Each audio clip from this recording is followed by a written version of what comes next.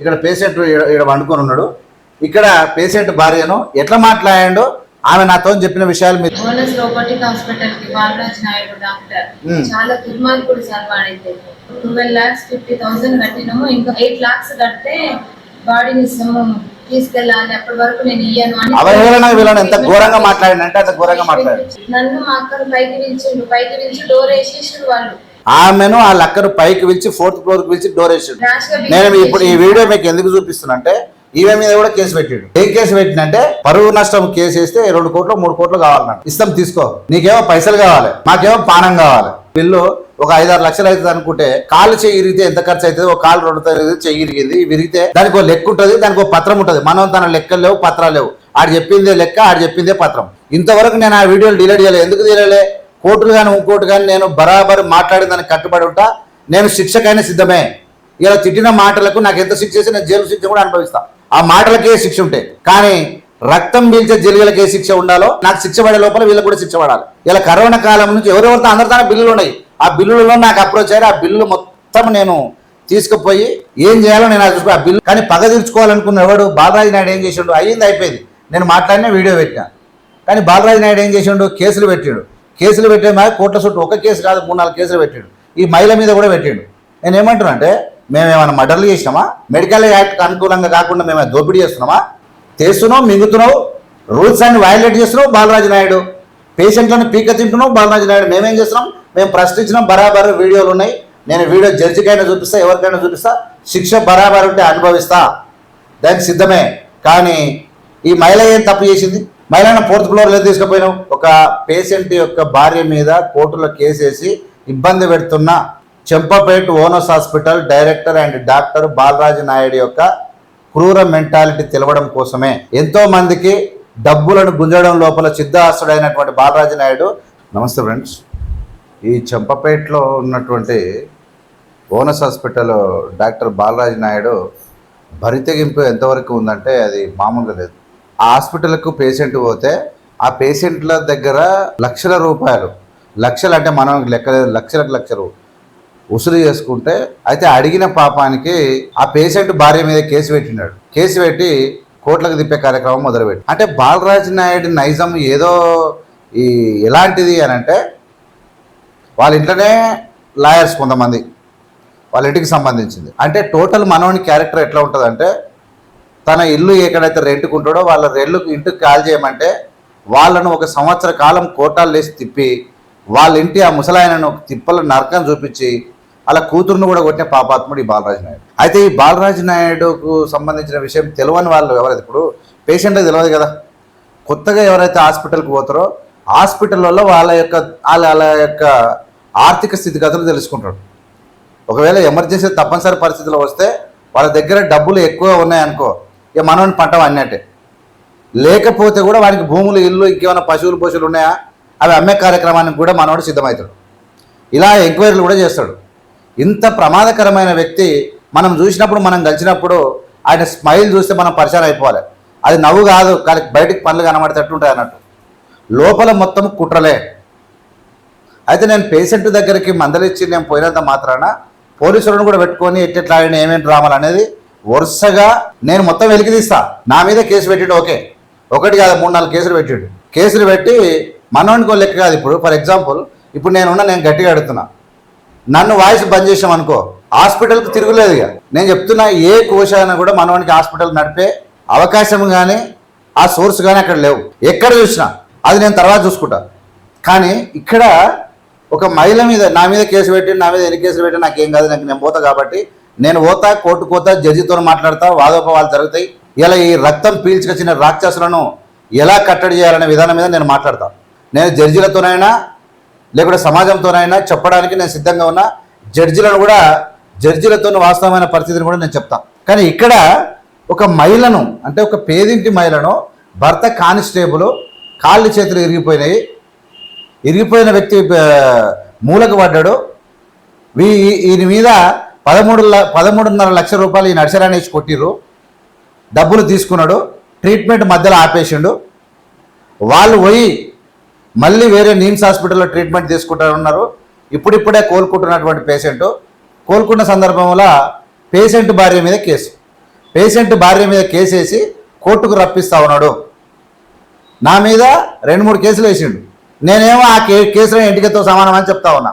ఎందుకంటే వీని మీద కేసులు వేయాలంటే మేము ఎప్పుడో వేతాం, మా కుట్ర అది కాదు. మేము బాలరాజు నాయుడు మీద కేసులు వేయాలంటే నేను క్షణాల్లో కేసు పెట్టేస్తుంది. బాలరాజు నాయుడు మీద కేసులు వేయాలంటే నేను ఎప్పుడో వేస్తుంది. నేను ఒక్కనే కాదు, పోయిన వాళ్ళంతా కేసులు వేస్తారు. ఎందుకంటే కరోనా టైంలో నుంచి ఎవరెవరు తానా ఎంత బిల్లులు వసూలు చేసిండు, ఆ బిల్లుల దగ్గర నా దగ్గరికి 8 మంది వచ్చారు. దాని మీద నిర్ధారణ కమిటేసి ఆ బిల్లులో వసూలైంది ఆయన హాస్పిటల్ సంగతి ఏదో నేను చూసుకుంటా. దాని తర్వాత కానీ మహిళల మీద ఇప్పుడు ఈ అమ్మాయి చెప్తుంది మీరు చూడండి. మహిళల మీద కూడా అంటే ఒక పేషెంట్ భార్యలు ఎవరు వస్తే వాని ప్రవర్తన ఎట్లుంటుంది అంటే ఒక రాక్షస్ కన్నా అధ్వానం. మళ్ళీ ఎవరైనా పోయినప్పుడు నవ్వుతాడు కదా, మామూలు నవ్వు కాదు అది. ఆ నవ్వు అంటే అది ప్లాస్టిక్ నవ్వా ఏం కదా అర్థం కాదు, కానీ లోపల మొత్తం కుట్రలు పురుగులు. ఈ విషయంలో ఎందుకంటే నన్ను డోకా చేయడం లోపల, మోసం చేయడం లోపల ఒక ప్రథమ పాత్ర పోషించినటువంటి బాలరాజు నాయుడు ఏం మాట్లాడండి. ఇట్లా పేషెంట్ ఇక్కడ ఉన్నాడు, మీరు చూడండి. ఇక్కడ పేషెంట్ ఇక్కడ వండుకొని ఉన్నాడు. ఇక్కడ పేషెంట్ భార్యను ఎట్లా మాట్లాడాడో ఆమె నాతో చెప్పిన విషయాలు మీరు చెప్పండి. దీని మీద ఆ రోజు ఆ డేట్ నాడు మొత్తం మీద నేను సీసీ ఫుటేజ్లను సీసీ ఫుటేజ్ ధ్వంసం చేసే కార్యక్రమం జరుగుతుంది. ఒకవేళ సీసీ ఫుటేజ్ లేకపోతే పక్క నిరాశుడే. ఎట్లా చేసిండు, మహిళలను ఎట్లా ఇబ్బంది పెట్టిండు. ఆ హాస్పిటల్ కాదు సీసీ ఫుటేజ్ చూస్తే కథ మనవాడిగా మొత్తం జైలు అనేది తప్ప ఇంకే ఉన్నాడు. మేము చేసిన తప్పేం కాదు, బహిరంగంగా నేను మాట్లాడినా. నేను ఏ తప్పు చేసినా ఏ శిక్షకైనా రెడీ. నేను తిట్టినా, ఆవేశంగా తిట్టినా నేను మాట్లాడినా. కానీ అందులో జరిగేటువంటి విషయాల్లో టోటల్ మనోడు దాకా నడిచిపెట్టి జైలుకోయేటువంటి పరిస్థితి ఉంటుంది. దాని పక్కన పెట్టేసి ఏం మాట్లాడి చూద్దాం. ఓనస్ రోబోటిక్ హాస్పిటల్ కి బాలరాజ్ నాయుడు డాక్టర్ చాలా దుర్మార్గుడు సార్. వాడైతే సర్జరీలకి 12 lakhs 50,000 కట్టినాము. ఇంకా 8 lakhs కడితే బాడీని తీసుకెళ్ళాలి, అప్పటి వరకు నేను ఇయ్యను అని ఎంత ఘోరంగా మాట్లాడినంటే అంత ఘోరంగా మాట్లాడు. వీళ్ళతో ఏం మాట్లాడిండో మాకు తెలియదు, కానీ నెక్స్ట్ డే వచ్చి నన్ను మా అక్కను పైకి పిలిచి డోర్ వేసేసారు వాళ్ళు. దీని గురించి చెప్పండి, మీది ఒపీనియన్ ఏంది? నన్ను మా అక్కను ఆమెను వాళ్ళ అక్కను పైకి పిలిచి 4th floor పిలిచి డోర్ వేసాడు. ఎప్పుడు ఇది జరిగింది? నేను ఒక రోజు హాస్పిటల్కి పోయినా. అంటే వీళ్ళ బావ ఎవరైతే అమ్మాయి ఉన్నారో ఆ బావ నా ఫ్రెండ్. నేను ఆడికి పోతే గిట్ల ఉంది అన్న పేషెంట్ కరోనాకి పోతే డాక్టర్లు ఎవరైనా సాధారణంగా బిల్లు ఒక 5-6 లక్షలు అవుతుంది అనుకుంటే కాలు చెయ్యి ఇరిగితే ఎంత ఖర్చు అవుతుంది? ఒక కాలు 2 చెయ్యి ఇరిగింది, విరిగితే దానికి ఒక నిజాన్ని కమిటీ ఉంటుంది. దానికి హాస్పిటల్కి ఒక లెక్క ఉంటుంది. చెయ్యి ఇరిగితే ఎంత, కాలు ఇరిగితే ఎంత, తొడింత ఇరిగితే ఎంత, ఏది ఇరిగితే ఎంత, దానికి ఒక లెక్క ఉంటుంది. దానికి ఒక పత్రం ఉంటుంది. మనం తన లెక్కలు లేవు, పత్రాలు లేవు. ఆడు చెప్పిందే లెక్క, ఆడు చెప్పిందే పత్రం. అయితే నేను ఆడికి పోయినాక ఏమో సార్ అమ్మ బిల్లు ఎక్కువైందంటే ఏమో తగ్గి రాదు, ఓ 20,000 10,000 30,000 అన్న తగ్గి పాపం వాళ్ళకి ఖర్చు కన్నా సార్ అంటే మన మీద ఉల్టలేసాడు. ఉల్టలేసి కాదు, నేను ఆ రోజు బీపీ నిదానంగా మాట్లాడితే ఎవరికి కోపం రాదు. ఆ రోజు మనవాడు మాట్లాడినటువంటి తీరు, అక్కడ ప్రవర్తించినటువంటి తీరు మా ఇట్లా చూస్తాడు మీదకి మన శంభరాబాద్ చూసినట్టు. అక్కడ ఆ విధానానికి నేను చాలా హట్టా ఏం చేసినంటే చాలా సీరియస్గా మాట్లాడిన మాటలు ప్రమాదక. నేనేమంటానంటే ఇంతవరకు నేను ఆ వీడియోలు డిలీట్ చేయలేదు. ఎందుకు తీయలే? కోర్టులు కానీ ఇంకోటి కానీ నేను బరాబర్ మాట్లాడిన దానికి కట్టుబడి ఉంటా. నేను శిక్షకైనా సిద్ధమే. ఇలా తిట్టిన మాటలకు నాకు ఎంత శిక్ష చేసి నేను జైలు శిక్ష కూడా అనుభవిస్తా. ఆ మాటలకే శిక్ష ఉంటాయి. కానీ రక్తం పీల్చే జైలుకి ఏ శిక్ష ఉండాలో నాకు శిక్ష పడే లోపల వీళ్ళకి కూడా శిక్ష పడాలి. ఇలా కరోనా కాలం నుంచి ఎవరెవరితో అందరితో బిల్లులు ఉన్నాయి. ఆ బిల్లులలో నాకు అప్రోచ్ అయ్యారు. ఆ బిల్లులు మొత్తం నేను తీసుకుపోయి ఏం చేయాలో నేను చూసుకో. ఆ బిల్లులను ఎట్లా చేయాలి, ఎట్లా వాళ్ళకి పైసలు వాపసు ఇప్పించాలి, కార్యక్రమం మొత్తం మీద జరిగేటువంటి కార్యక్రమం చూడాలి. ఎందుకంటే చాలామంది దెబ్బ తాకి యాక్సిడెంట్, ఇప్పుడు ప్రత్యంత డేంజర్గా ఏదుందంటే యాక్సిడెంట్ కాగానే కాల్లో చేయిరుతుంది, రపామని పోతారు, అరే చచ్చిపోవాలని చెప్పి దానికి పోతే కథం అవుట్. అంటే హాస్పిటల్స్ ఒక సిస్టమ్, ఒక పద్ధతి ఉండాలి తప్ప ఇట్లా అడ్డు అదుపు లేకుండా ఉండకుండా అనే నా ఉద్దేశం.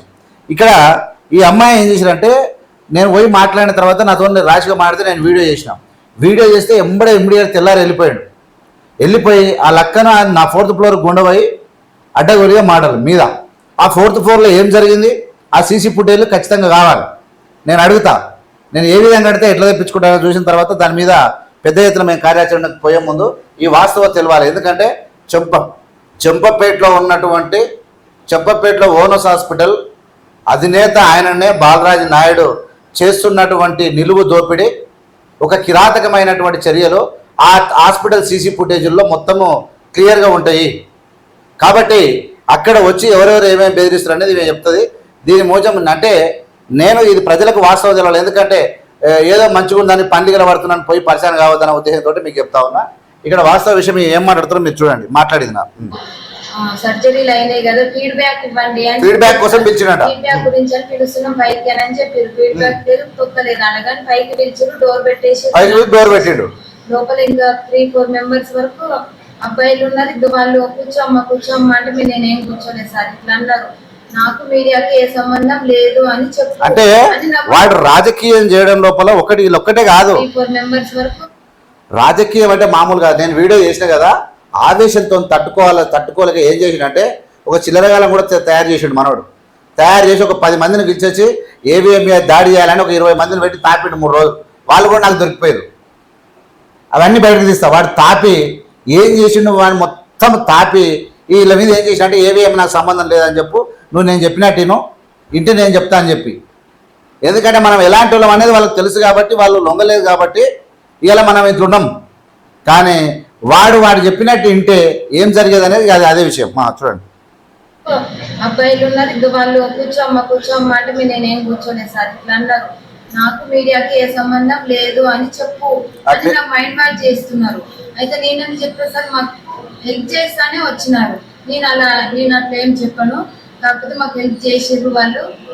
ఓకే అంతవరకు సార్ కూడా ఓకే కొంచెం హెల్ప్ చేసిండ్రు. కానీ నేను ఇప్పుడు ఈ వీడియో మీకు ఎందుకు చూపిస్తున్నా అంటే ఈమె మీద కూడా కేసు పెట్టాడు. ఏం కేసు పెట్టినంటే ఆయన వీళ్ళ గది లేకుండా కంటే ఏం కావాలంట, దాన్ని ఏమంటారు, పరువు నష్టం కేసు వేస్తే 2 కోట్లు 3 కోట్లు కావాలన్నట. ఇస్తాం తీసుకో, నీకేమో పైసలు కావాలి, మాకేమో పానం కావాలి, మింగు పైసలు. 3-4 హాస్పిటల్ పెట్టినట్టు 2-3 పెట్టామంట కదా, సుతం తీస్తారు పైసలు. కోట్ల కేసులు అయ్యి పైసలు మీ వాళ్ళు మీరు ఆయా రాత కలిసి పీక తిందరు కానీ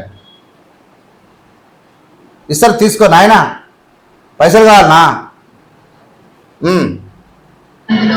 నీ భర్త చనిపోతాడు, 200% చనిపోతాడు. ఎంత ఇన్సల్ట్ చేసిన అమ్మాయిని చూడండి, వినండి. అంటే నా దగ్గర డబ్బులు లేవు సార్, నేను తీసుకోలేని పరిస్థితులు ఉన్నా సార్, కనీసం నాకు టీ తాగడానికి డబ్బులు కూడా లేవు అని నేను పర్సు కూడా చూపించిన సార్. నేను ఎలాంటి సందర్భంలో పోతుంటే వాళ్ళ అత్యంత దయనీయమైన పరిస్థితిలో ఉండి ఎవడన్నా దుర్మార్గుడు రాక్షసంగా ప్రవర్తించినప్పుడు బాలరాజు నాయుడు అటువంటి రక్త జలగ పిశాచి లాంటి వ్యక్తులు పైసల కోసమే మనుషుల ప్రాణాలతో ఆడుకునే సందర్భంలో నేను పోతా. అలాంటి టైంలో బాలరాజు నాయుడు ప్రవర్తించినటువంటి తీరు నేను డేట్లతో సహా చెప్తా. నేను ఎందుకంటే అదే రోజు వీడియో చేశాను కాబట్టి ఆ డేట్ ప్రకారంగా మనోడు ఏమేం చేసిండు, నాతో ఎట్లా మాట్లాడాడు, సీసీ ఫుటేజ్ రికార్డు కనుక ఉంటే ఆ రోజు పోలీసు వాళ్ళు ఎన్నిసార్లు వచ్చిపోయారు, నేను ఏం మాట్లాడినా ఎట్లా మాట్లాడినా అదన్నీ టోటల్కు నేను ఖచ్చితంగా ఎవరెవరు ఏ డిపార్ట్మెంట్లో పోయి ఏ విధంగా ఉన్నది నేను ఇప్పుడు ఏంటంటే నేను ఫస్ట్ పేషెంట్ కోసం పోయినా మాట్లాడినా అయిపోయింది, నాకేం లేదు. కానీ పగ తీర్చుకోవాలనుకున్న ఎవడు బాలరాజు నాయుడు ఏం చేసిండు, అయ్యింది అయిపోయింది, నేను మాట్లాడినా వీడియో పెట్టినా. కానీ బాలరాజు నాయుడు ఏం చేసిండు, కేసులు పెట్టిండు. కేసులు పెట్టే మా కోట్ల చుట్టూ ఒక కేసు కాదు 3-4 కేసులు పెట్టిండు. ఈ మహిళ మీద కూడా పెట్టిండు. నేను ఏమంటున్నా అంటే మేమేమైనా మర్డర్లు చేసినామా, మేము ప్రజల రూల్స్కి వ్యతిరేకంగా మెడికల్ యాక్ట్కి అనుకూలంగా కాకుండా మేము దోపిడీ చేస్తున్నామా, చేస్తున్నావు మింగుతున్నావు, రూల్స్ అన్ని వైలేట్ చేస్తున్నావు బాలరాజు నాయుడు, పేషెంట్లను పీక తింటున్నావు బాలరాజు నాయుడు. మేమేం చేస్తున్నాం, మేము ప్రశ్నించినాం, బరాబర్ వీడియోలు ఉన్నాయి. నేను వీడియో జడ్జికైనా చూపిస్తా, ఎవరికైనా చూపిస్తా, శిక్ష బరాబర్ ఉంటే అనుభవిస్తా, దానికి సిద్ధమే. కానీ ఈ మహిళ ఏం తప్పు చేసింది, మహిళను 4th ఫ్లోర్లో తీసుకుపోయినావు, మహిళలను బెదిరించి హక్కు నీకెక్కడిది. కానీ మేము కేసులు పెట్టలే, సమాజానికి చెప్తా ఉన్నా, మేము బాలరాజు నాయుడు మీద ఇమీడియట్ కేసు బుక్ చేయాలి, ఎస్సీ అట్రాసిటీ కేసు బుక్ చేయాలి, నేను పెట్టలే. అది మా నిజాయితీ. ఎవరు జాదవ్ వచ్చారు, బాలరాజు నాయుడు ఒక కేసు కాదు, ఒకరి మీద కాదు, చాలామంది కేసుల పేరు మీద ఎంతమంది మీద కేసులు వేసింది కూడా చిట్టా బయటకు వస్తుంది త్వరలో. వీళ్ళ గుంపు కలుపుకొని వీళ్ళ యొక్క లాయర్స్ గుంపు కట్టుకొని ఏమేం చేస్తూ ఉన్నారు, ఎవరి మీద త్వరలో అన్నీ మీ ముందుకు బయటకు వస్తాయి. ఇప్పుడు మాత్రం ఇక ఈ మహిళ మీద కేసు పెట్టినందుకు, కేసు పెట్టి కోట్లకు తిప్పడానికి ప్రయత్నం చేస్తున్నటువంటి తీరుకు మాత్రమే మేము ముందరకు వచ్చిన. జాగ్రత్తగా, తస్మాత్ జాగ్రత్త ఉండాలి, మనోడు ఎలాంటి వాడు అనేది మీకు తెలుసుకోవాలనేది కూడా నేను చెప్తా ఉన్నా. ఇట్లాంటివి కొన్ని 100 వీడియోలు వస్తాయి. ఎందుకంటే హాస్పిటల్స్ వెరీ ఇంపార్టెంట్. మేము ప్రజల దోస్తు, ఇక ఎవడైతే ప్రజలకు అన్యాయం చేస్తాడో, ఎవడైతే మోసం చేస్తాడో వాళ్ళ గురించి మాత్రమే మేము మాట్లాడతాం. కోర్టులు లాయర్లు మాట్లాడొద్దన్నారు అనుకో. ఇప్పుడు నేను తిట్టా కొన్ని 2-3 పదాలు పెట్టి తిట్టా, ఆ తిట్లు కూడా ఆడున్నాయి. ఆ తిట్లకి ఏంది అనేది నా తిట్లకు ఓకే, కానీ అవతల చేసినటువంటి విధ్వంసానికి, మోసానికి దానికి ఏం శిక్ష ఉంటుంది కూడా మేము ఆ శిక్షకు ఖచ్చితంగా దానికి ఆ శిక్షకు కూడా ఖరారు అయ్యే విధంగా మనం చూసుకునే బాధ్యత మనది ఉంటుంది. రైట్, చెప్పమ్మా. కూడా ఒప్పుకోలేదు. మీడియా వాళ్ళను ఆయన పేరు ఏం పేరు అని అంటూ మాకు తెలుసారు, ఆయన ఎవరు మాకు సంబంధం లేదు అని ఏమంటున్నా నా గురించి ఎంక్వైరీ కోర్టుకి ఈడుస్తా, రోడ్ మీద ఈడుస్తావా వెంకటేష్ అని పేరు, రోడ్డుకి ఈడుస్తావాన్ని ఆయన పేరు మీద ఆయనకి ₹1,00,00,000 ఫైన్ వేపిస్తా, మళ్ళీ ప్లస్ నీకు కూడా ₹1,00,00,000 నీ నుంచి కూడా మనోడు బాగా రుచి మరిగినట్టు ₹1,00,00,000 ఎవరెవరి మీద వేసిండో. ₹1,00,00,000 కావాలన్నా బాలరాజు నాయుడు? పైసలు కావాలన్నా? బతకవా? లేకపోతే ₹1,00,00,000 మరి ఎట్లా? మా తాను లేవుగా. ఇవే నీ పని. నీ పేరు మీద ఎన్ని కేసులు ఉండే ఎవరెవరి మీద వేసినా కూడా మనకు రావాల్సిన అవసరము ఎంతైనా ఉంది. ఇది ప్రజాస్వామ్యంలో మంచిది కాదు. ఈ ప్రమాదకరమైనటువంటి విధానాలతోటి బాలరాజు నాయుడు యొక్క ఆరాచకాల గురించి హాస్పిటల్కి పోయే వాళ్ళు ఎవరెవరైతే ఉన్నారో ఖచ్చితంగా అందరికీ ఈ వీడియో ఫార్వర్డ్ కావాలి. ఎందుకంటే తెలియాలి. తుగ్గుడలో ఒక హాస్పిటల్, ఇక్కడ ఒక హాస్పిటల్, ఇంకా హాస్పిటల్స్ మన ముందల మామూలు నవ్వు కాదు. అబ్బబ్బబ్బబ్బా, అవన్నీ చూస్తే మనం అబ్బాయి ఎంత అదే అనుకోవాలి. కానీ లోపల మాత్రం మొత్తం కుట్ర. నాకు వేరే నిన్న చెప్పాడు, నిన్న వేరే వాళ్ళు చెప్పారు, అన్నా నేను నీ ఇంటి మీద దాడి చేయమని చెప్పి ఎవరెవరికి దాపించిన ఏమేం కథ అని చెప్తే కూడా సరే సరే మంచిదే తెలుస్తుంది. నా గురించి కరెక్ట్ తెలుసుకుంటే తెలుస్తుంది మీకు ఏందనేది తెలుస్తుంది మీకు. ఎందుకంటే ఈ ఎవడు దాడులు చేయించినా ఏం కథ ఎలాంటిది అనేది నేను గుర్తుపట్టలేనా? దాడులు జరుగుతాయి నా మీద, అవునా? సరే, బాలరాజు నాయుడు ఇట్లా ఈ పేషెంట్ చూడు ఎట్లా ఇబ్బంది పెడతా ఉన్నారు. ఒకటి నేను చెప్తా ఉన్నా, కేసులు అనేటివి మేమేం చేసామంటే మేము ఎక్కడ కూడా కేసు పెట్టలేదు. మా చిత్తశుద్ధి ప్రజలకు చెప్పాలనుకుంటున్నాను. ప్రజలకు నేనేం చెప్పాలనుకుంటున్నా అంటే బాలరాజు నాయుడు మీద ఇమీడియట్గా నేను కేసు బుక్ చేయొచ్చు. ఎక్కడ కూడా హాస్పిటల్కు ఏ కోశాన కూడా అర్హత లేదు.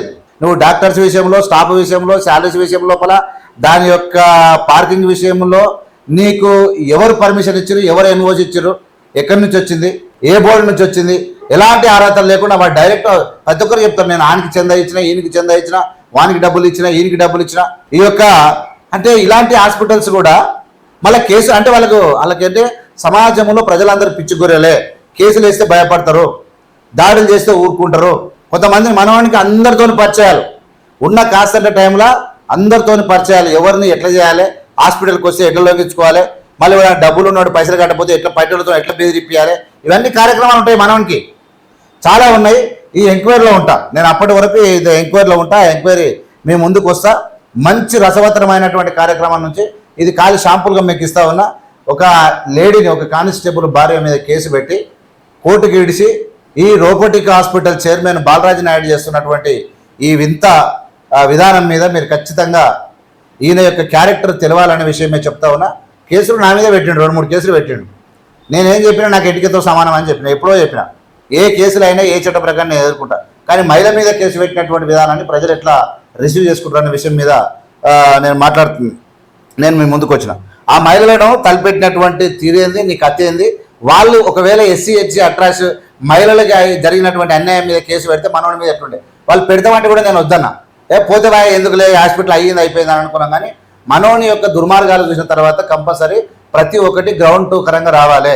మనం కూడా మోసాలకు రెడీగా ఉండాలి, మనం కూడా చీటింగ్కు రెడీగా ఉండాలి. చీటర్స్దే రాజ్యం అన్న విధంగా నడుస్తూ ఉంది. కాబట్టి మనం కూడా ఆ పని మొదలు పెడితేనే మంచిది అన్నటువంటి విషయం మీద ఉంటే, ఎవడైనా అతి జాగ్రత్త పడి మోసాలకు మొదలు పెడితే వాడు మంచిగా ఉంటాడు. మనము ఏదో అయిపోయింది అనుకుంటే ఇలా ఉంటుంది పరిస్థితి. కాబట్టి బాలరాజు నాయుడు నీ చేస్తున్నటువంటి నీ యొక్క విధానాల మీద సరే నేను చట్టపరంగా వస్తా, నీ విషయాల మీద నేను చట్టపరంగా వస్తా, ఈ పరంగా రాను. కానీ ప్రజలకు నేను చెప్పదలుచుకున్నట్టే ఈ మహిళ మీద కేసు పెట్టిండు మనోడు. ఈ కేసును ఏం చేస్తామనేది మనం మాట్లాడదాం.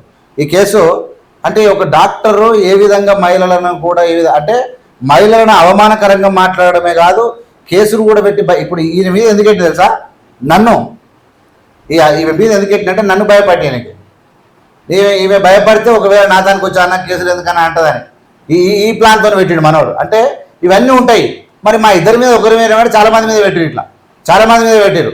మరి ఇలా బిల్లులు ఏంది, ఇలా బిల్లు తతంగం ఏందనేది త్వరలో వస్తుంది. ఎంత దోపిడీ చేసిరు, కాలు ఎంత తిరిగింది, నిజ నిర్ధారణ కమిటీ వచ్చి ఏ దానికి ఎంత డిస్ప్లే చేసుకుంటూ నేను చూపిస్తా, వసూలు కూడా నేను చూపిస్తాను మీకు. అది త్వరలో వస్తుంది, చూస్తూనే ఉండండి. చూద్దాం ఇంకేం చెప్పింది.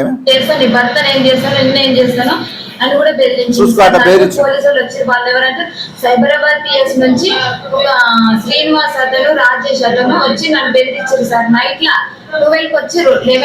నైట్ 12 కి పోలీసు వాళ్ళు బెదిరించారు హాస్పిటల్. తీసుకెళ్ళవా, డబ్బులు కట్టావా అని తీసుకెళ్ళవా అని డిమాండ్ చేశారు సార్.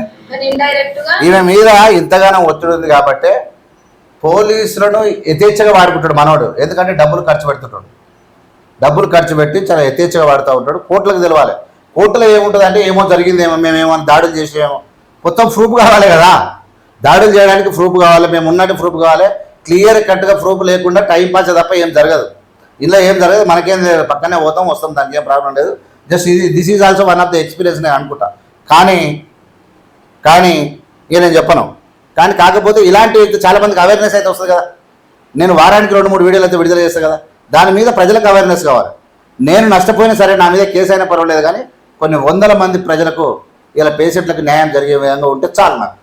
నాకు అంతకన్నా ఎక్కువ పెద్ద కోరిక ఏం లేదు. రైట్.